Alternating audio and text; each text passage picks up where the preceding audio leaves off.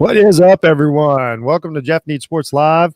This is a scouting report, week 7 already. I can't believe it. I got my partner in crime with me today. He's done most, I think. Couch Coach Live, how you doing, man? I'm good, Jeff. How you doing, man? You're Glad pretty to be good. here. Glad to be here. It's Absolutely. game week, buddy. It's game week. Yeah. You Yes. guys are about 6 weeks ahead of me, so it's pretty exciting around my area right now. The buzz is building. Mhm. The buzz Yes. is building. But yeah, I had a little trouble there starting. Not my fault. So, man, it's good to see it. We'll get into it.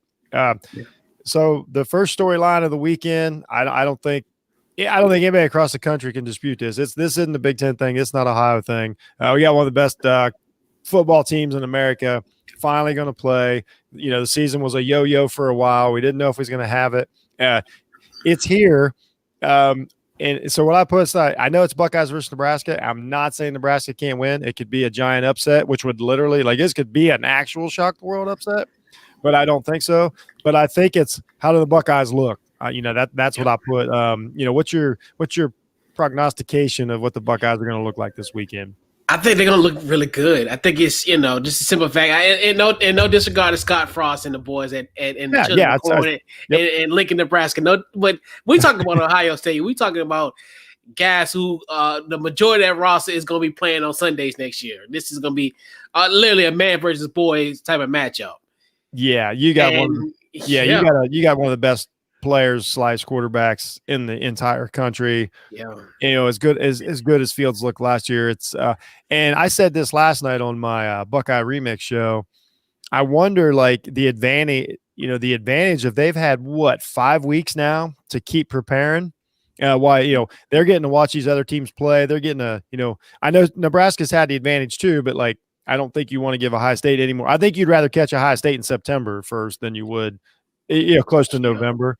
But man, you never know. I should be more nervous than I am, but I'm confident that this team's pretty good. But the country's waiting to pounce. I mean, they have question marks up the middle. They have some question marks. When you lose defense, when you lose NFL players every year, you're always rebuilding. You never have seniors. It's a good problem to have. But I think America wants to see what the Buckeyes look Saturday for sure. You think they'll win? You feel good? Oh yeah, I think it's almost to me it's certain now. So now now that when Maryland went to the Big Ten, and I'm not a Big Ten guy, everybody knows that, but when Maryland went to the Big Ten, did any I assume your area is ACC centric, right? Mm-hmm. Okay, so did the Big Ten seep in at all? Does anybody care, even though in this area? Not. I mean, we've had a couple of guys in the area go to Ohio State once upon a time, but like there's really no quote unquote vested interest, and it's so weird. Like, and then Maryland, I still can't believe Maryland is in the Big Ten. Like I miss them so much, from a basketball standpoint. I'm like, oh, it's like we play them they play in the Big Ten, ACC Big Ten Challenge. I'm like, oh gosh, like it's weird. It's weird, yeah. They're still an ACC team to me too. Absolutely, and it's no disrespect. I grew up that way too, so I wonder about that. So piggyback off that, the Big Ten's back. Yeah, that's a deal. Ohio State's good, Penn State's good. They've got Michigan 18, I believe, but it's another conference. Another Power 5 conference is back. I think that's a storyline to see how the Big Ten looks. We know you're not a Big Ten guy, but you're definitely a football guy. What do you feel about the Big Ten? What's your gut feeling about it this year? I think this, it's in a weird way. I'm glad you guys are back with the Big Ten as a collective, but because now not the seedings, but the rankings are a little bit more complete. It makes more sense. It makes more sense, and I think for the next few weeks it's going to be a little weird. But I like how everything plays out, where essentially you look at and talk about Michigan versus Minnesota.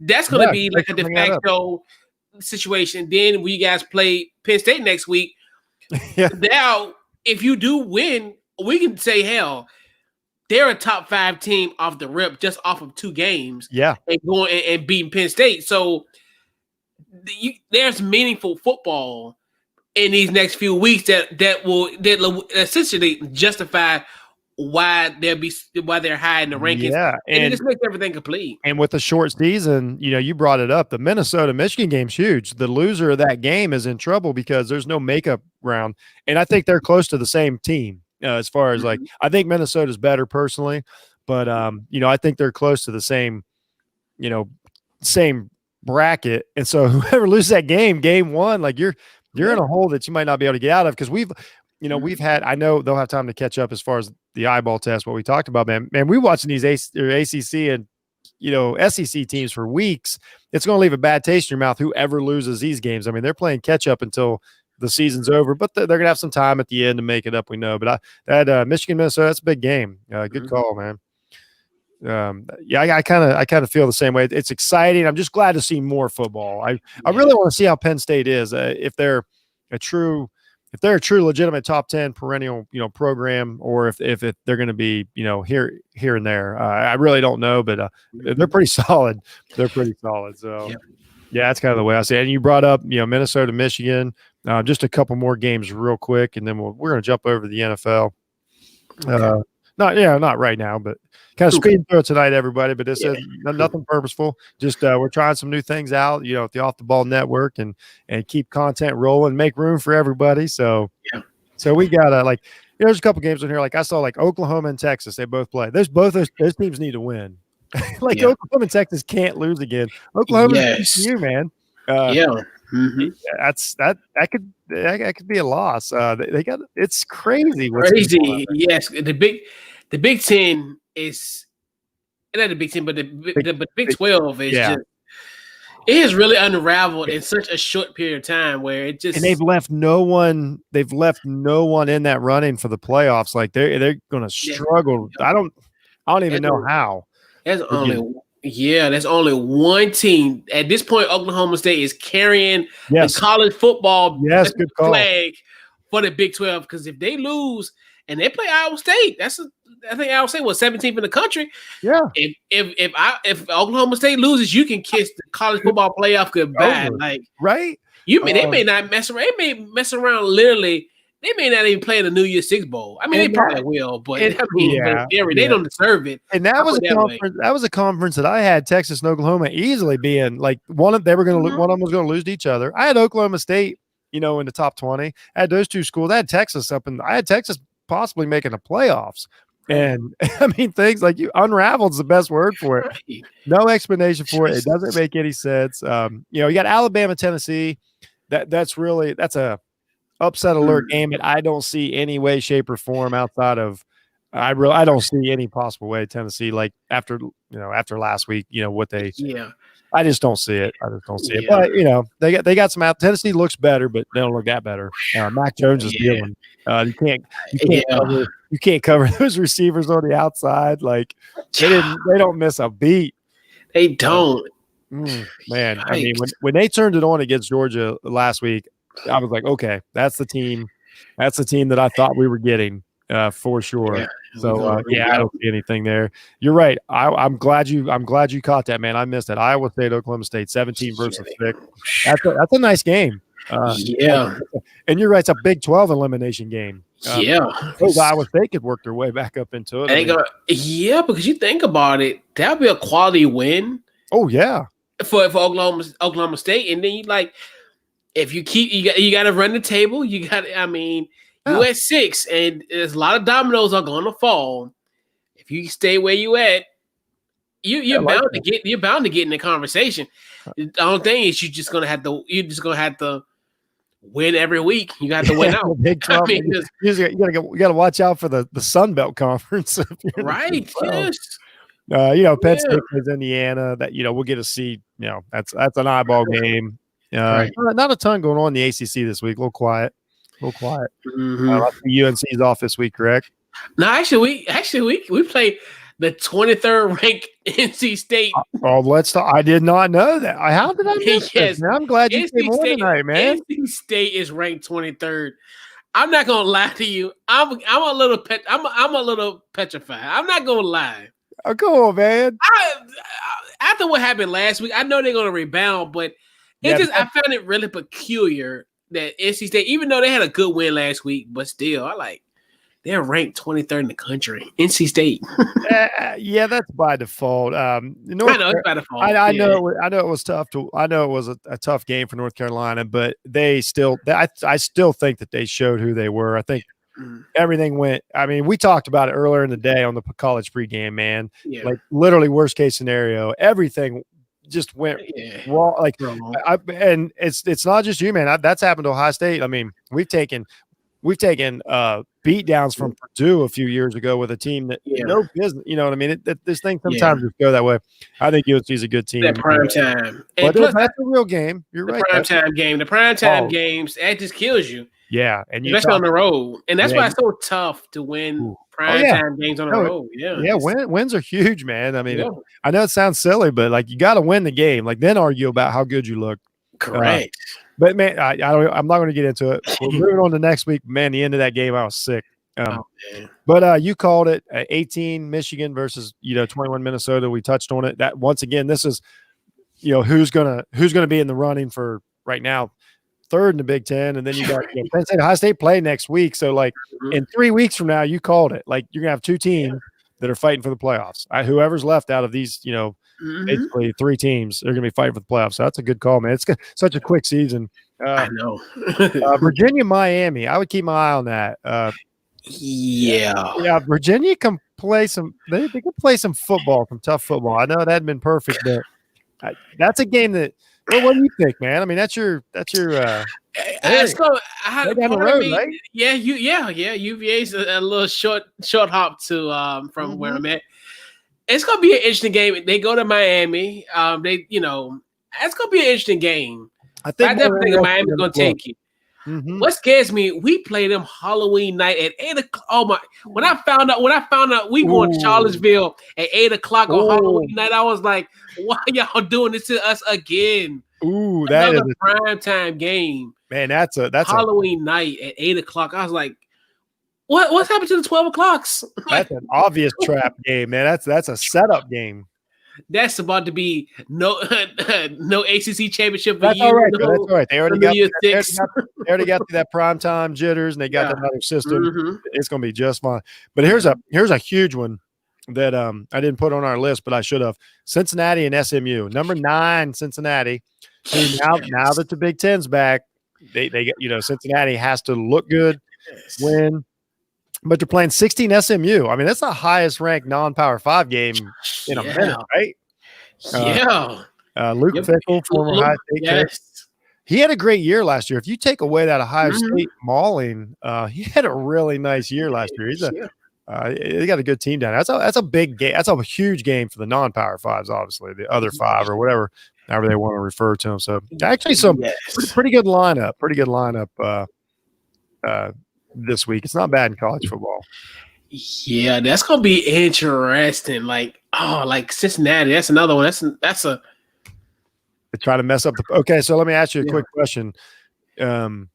So in this season, does it help the Power 5 team that's undefeated, or does it hurt them because they're going to be like, wait a minute, we're only getting 8 or 9 games. We can't leave Ohio State, Clemson.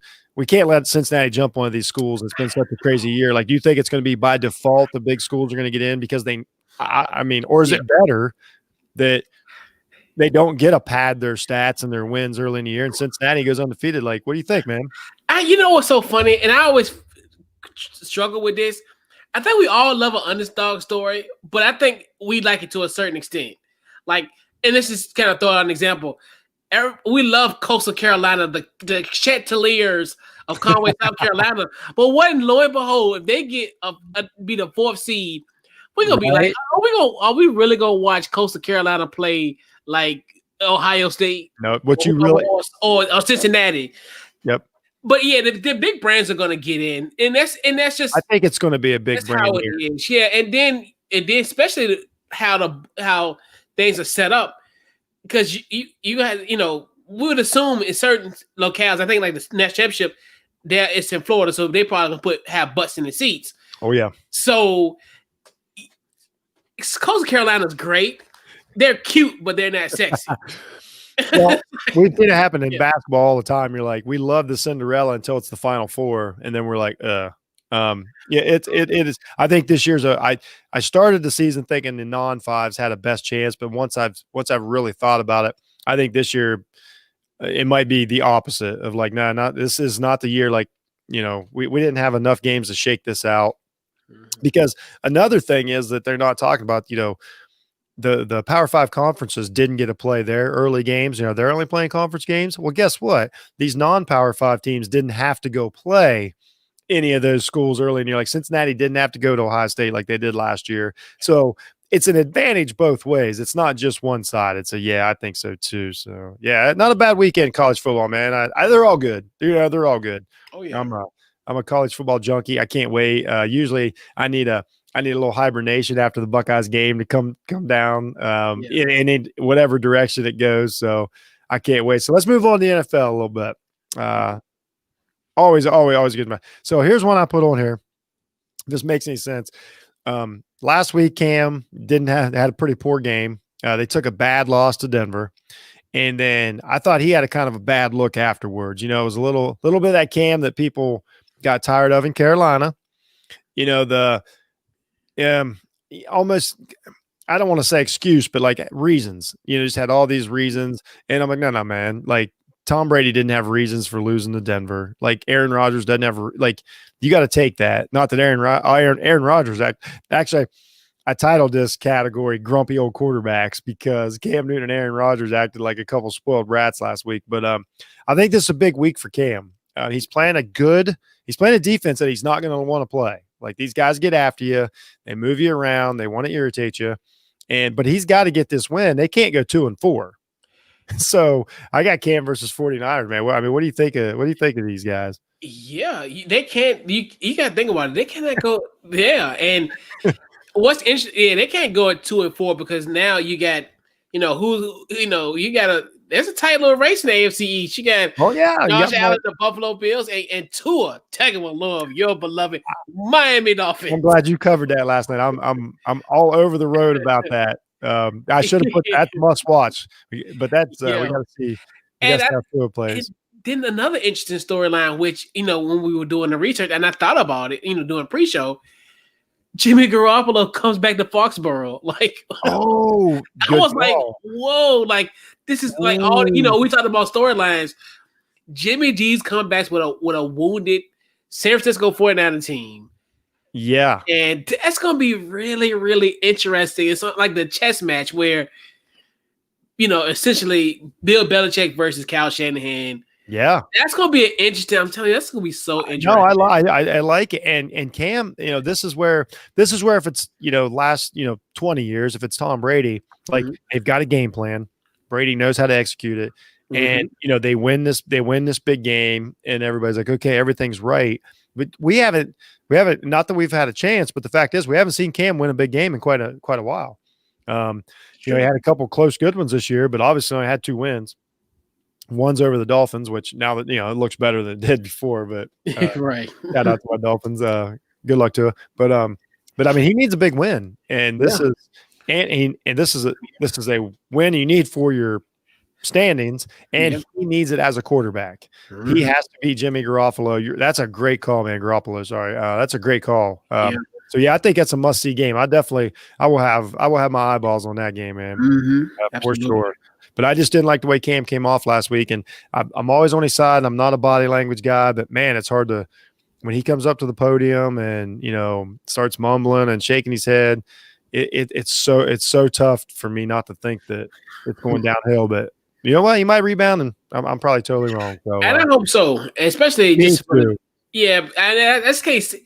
I cannot see this Patriot team being 2-4, like right heading into November. Which I mean, I don't know. In the preseason, I was thinking like an 8-8 team, so they're just fast track. So real quick, if Cam plays bad, do the whispers start? Because Belichick ain't about he's next man up. If Cam is bad, it's things are going to start coming unraveled, as you said. So the Jarrett Stidham era might begin. That's right, man. Right. Ask Drew Bledsoe. Drew Bledsoe. Right.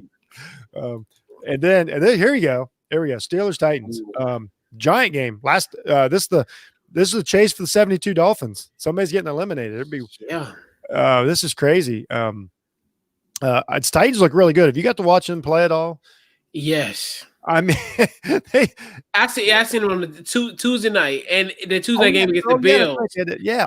And it blew my mind, like, because they beat them like 45, like 17 or 20 something point. Like, they put up 45 against Buffalo. Traditionally, Buffalo had a great defense, but in 2020, it's non-existent. But right, you're like, oh, we put up 45 against Buffalo, and they was coming off the bye. Yeah, the Titans look really good. You know, they've had all the weird, you know, the weird stuff in their schedule and all that, but they play as a team. I mean, their offensive line unit is playing great. Tannehill is really playing fast. I mean, that guy is making decisions. You know, we know Derrick Henry. Derrick Henry. Sorry, I'm calling Godzilla because he looks like he's running through Tokyo now. I'm not even a fan of big running backs, but I'm like, no, I take a backseat to this dude. He is, because when he's 95-yard touchdowns at that size, come on. Like, he's bigger, like he's a bigger running back than, man, he's bigger than Walter Payton. He's bigger than all these classy guys. And to run, he was pulling away from the secondary, man. Right. I'm like, they're on a roll. So yeah, Tuesday night, man, when they go into the, I don't know what they call it, the Wild Henry or Wild Titan or whatever they call it over there, I'm like, no chance. He's really playing some good football right now. Tannehill looks great. I don't have his stats in front of me, but I've seen the comparison. And I said a lot. I spent a lot of time last year on my show, like the last 10 weeks of the season. Like, Tannehill's stats were off the chart. And I was always a Tannehill fan because I was, you know, a Dolphin. I was always on board. Thought he was the right pick. His stats compared to Mahomes, like, people don't, like, you know, it's not saying they're the same, but I'm just saying, like, he's a legit, you know, playoff quarterback. He played it. I mean, he had the Kansas City dead to rights last year. You know what I mean? So this is a huge game, but Steelers are playing good. They're playing, their defense is starting to look really good. They're starting to ball hawk, and that's when defenses can scare you. When they start taking the ball away from you, the Ravens are doing a good job of that now. Steelers doing a good job of it. Ben looks young.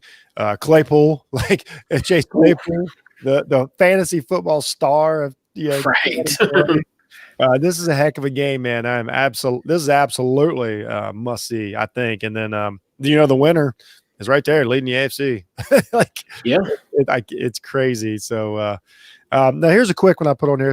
It's not near the exciting game, but when I look at it, this is it's not, Bears are a little better than I thought, but this is still one of those, like, whoever loses this game, you know, it's a kind of a wild card game. I still think that the North is going to settle itself, you know, and I think the Packers are going to take the lead. No offense to the Bears. There's no reason for me to doubt them. I've got the Bears top 10, man, this week in my power rankings.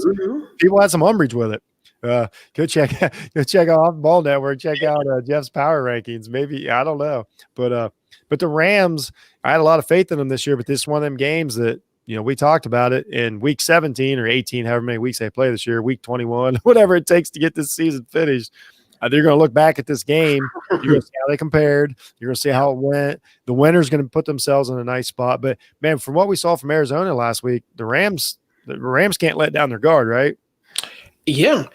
And this could be another measuring stick game for the Bears, where everybody, like, you talked about them being in the top 10. I looked at them as like a dark horse in the NFC. This is another week where we can say, hey, if they've been doing the same thing they've been doing all year, this is a statement win. You go to LA and you win this game, and then you come right. So this is gonna be huge. And I think it's just another situation where in the fourth quarter, you got Nick Foles there. He's not gonna mess up. He's not gonna mess up the opportunity. I think you're right, man. I'm starting to kind of remember, you know, the Nick Foles magic. The Bears defense looks really nice. It just, they're a good team to watch, and, like, you know, when they're playing good, you're like, man, they look really good. Then you talk yourself out of it. I don't know why. Maybe it's over just the last 5 years they keep doing this, you know. And, you know, I'm high on the Rams, but I'm like, there's not a difference in these teams.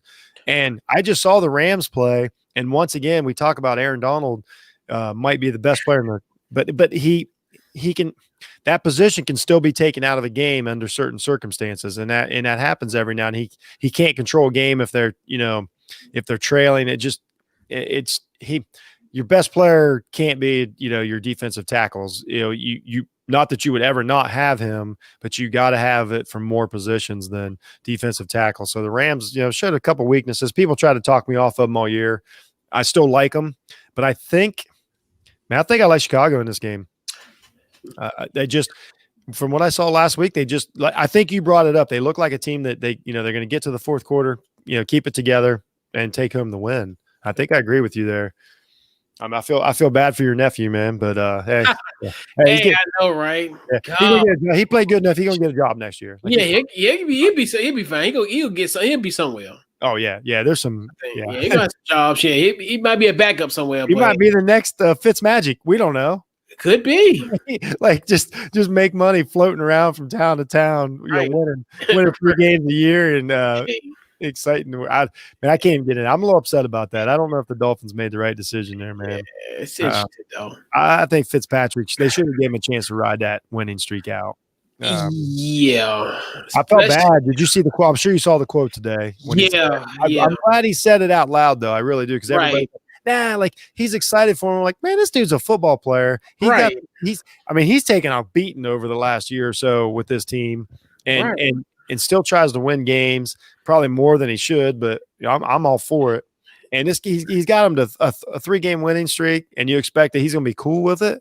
Like, no, man, dude's out there balling. Yeah, and you think, well, he's been playing some incredible football, for the last few weeks. He really good. Yeah, really good. Timing of it, we thought about it too. We like, and he's on fire, man. Fitzpatrick's on fire right now, And I know he's going to cool down, but then take him out. Like that's how it works. Like that's what I said. Yeah, that's what I said. Like once he gets to a point where he shows you, like, okay, well, it's time to let him go.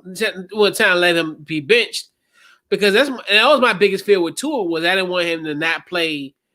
I wanted him to play, but I wanted him to play meaningful football. So that was another thing too, where I was hoping, that for him. But I didn't think in this case, I definitely the timing was a little odd. I don't like it. I don't like it, and I'm totally for Tua. I'm really rooting for the guy, but I think it also puts him in a bad position. Of like now, like that whole team's not on board. They like winning. Like guys like to win, man. Right, especially. You're going to bring Tua in, and unless you turn him loose, you're going to baby him along. So that means the throws come down. That means your wide receivers start getting bored. We know what happens when you got 3 guys out there and the ball's not in the air. It's just, I don't think it's a good situation. What's up, man? Yes, sir. I can't say anything else, but get well soon, brother. Get well, man. Yeah, absolutely, man. It's, you're the best. Yeah, man. So real quick. So first, I'll start with this. My mom's watching. She loves to chime in. So I'll open it with. She says, before we even get to it, she's a Bengals fan, so she's been seeing this for years. So what we're talking about is there's the NFC East versus themselves. So we got Dallas coming to Washington, right? Yeah, at Washington. One of the best rivalries in the NFL. Right. And then you got New York and Philly playing. Yeah. So if I'm correct, if Washington wins and New York wins, is New York the leader of the East? Yes. It would be the Giants, because they beat us by 1 point. So the 2-4 New York Giants. Yeah, 2-5. Sorry, 2-5 New York Giants could be the leader of the NFC East after this weekend. Legitimate. Yeah. You think about it, because it's funny because the Giants play tomorrow night, so we could be sitting here 48 hours from now, and the New York Football Giants, Joe Judge, and Daniel Jones, and and OC Jason Garrett, and the 2-5 New York Football Giants can lead the NFC East. So I'll run this. So what we hear is what I really want to happen. I want Washington to win, because I'm always rooting for my man's team. Yeah. So then we got 2-5 and 2-5, and then we need Philly to win. So then we got 4 teams at 2 wins, right? Yeah. And what's funny, and the interesting stat of it all, so combined as a collective in the division, they have 5 wins. There are 6 teams that have 5 wins just by themselves. They're sixth. They're sixth in the NFL in wins as a conference. Man, that's something. I've never seen anything quite like this. I've never seen a conference from top to bottom like this. And this is a good news is that somebody's going to win the conference. And this is a storied division. Every team in this division has won a Super Bowl. Has had Hall of Fame head coaches, pedigree. I bet their TV ratings are still through the roof. I mean, and I don't blame people. I'm not saying I don't blame people. Here's the thing. That's the beauty of the NFL. It is not college football. You can win your division. If you're a fan of all 4 of these teams, you're still rooting to win the division. And you got a legitimate shot. And I mean that. So I talked about this real quick before we get out of here. This came up today. Somebody was questioning my power rankings. And they were like, I forget what the teams were. Like, how could you have this team lower than this team? And I said, because it's the NFL, wins matter in the NFL. Like, it doesn't matter if I think the Arizona Cardinals are better than Philadelphia Eagles. They're not in the same division. Philadelphia Eagles have a better chance of winning the division. So that's the NFL for you. Like, I know there's like AFC North looks really good. But guess what? The NFC East is still going to put a team in the playoffs, so it doesn't matter. It's not college football, so that's kind of my thought on that. That's why I mean it doesn't matter. Wins the NFL is just about winning. I'm curious to see what's your prediction for the win total of the NFC East. I know we talked about this a lot. What's your prediction? Together, or who's going to win it? No, not who. I don't want to put you on the spot because I know you're a Washington fan. How many wins to win the NFC East? It's going to be a tie, probably. 9. I say 9. You think one of them will get to 9? I don't think, but I'm just saying. I can see maybe 8. I can maybe like I'm between 7 and 9 wins. But they would have to go. They would have to go. What 7 and what would have? You got to think about it because the rest of the season. The rest of the season, they got to win 7 out of 9. Well, I have 9 games left. It's not about it, because this week 6. Ooh, there's 10 games left. They have to go 7-3 the rest of the season. So there's only probably one team that might do that. If it's Dallas, the other team's got to go 8-1. But honestly, in a weird way, even in a strange way, I guarantee you that Philadelphia tie is going to help them. More than that. Pie is going to decide the whole division. Right. It's going to. And I believe that the last like I've said, we were at the last game that those Philadelphia and Cincinnati tied. And I think it cost one of those teams the division. Like it factored in then. I'm like, this is a replay of that season all over again. So, that's what happened to us in 2016 too. I'm guessing. Yeah, that's right. Yeah, I'm guessing 7 wins. I think one of the teams gets to 7 wins. Yeah, I can't see one of them going 8-2 or 7-3 the rest of the year, man. They're all, hey, you know what? That doesn't matter. Yeah, it would only be one team. It would be only one team. I think can make a run like that. In a strange way, it will probably be Philly. Yeah, I think so too. I can see them because now they're getting a little bit healthier. I think they started looking good. Jackson coming back, and they started looking all right at the end of they kind of getting themselves back, and what a great time to be in midseason form at this point. Oh my God! So hey, here's what we know: NFC is going to play. So hey, that's it, man. I can't thank you enough for coming on. You kill it every time. Everybody go check out Couch Coach Live. He does his own show on Tuesdays. I highly, highly, highly recommend. Do not miss Overreaction Monday with Couch Coach Live. It is the funnest show on the Off the Ball Network we have all week. It's we kind of cut loose. You say whatever you want. You know what I mean? It's just kind of relieve some stress from all of our teams from the weekend. It's a great show. Check that out. Check out, and you'll find him all over the place. He's got some stuff coming up tonight. I'm not going to let unless you want to promote tonight. Unless you want to we'll tease a little bit. Me and also one of our Off the Ball Network colleagues, Rob from the Football and Chill podcast. Yeah, we'll do a pilot episode of our little brainchild of talk about the Washington football team, and well, it'll get a little. It's gonna be fun. I mean, of course, we gave you the Redskin funeral, so hey, yeah, why not? Yeah.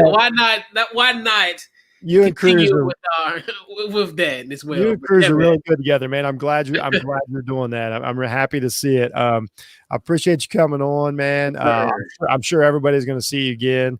It's going to be a good weekend of football. The Bucks are back, everybody. We're looking forward to it. Washington might be division leaders by the end of the weekend. By overreaction Monday, this whole conversation is going to be out the window. We're going to be wrong about everything. Yes, indeed. Check us all out on Off the Ball Network. Find us on all the social medias you can. We really appreciate everybody who listens. Mo, you get better, man. Take care of yourself. Yes, indeed. And hey, we'll see everybody next week. Be kind. Absolutely.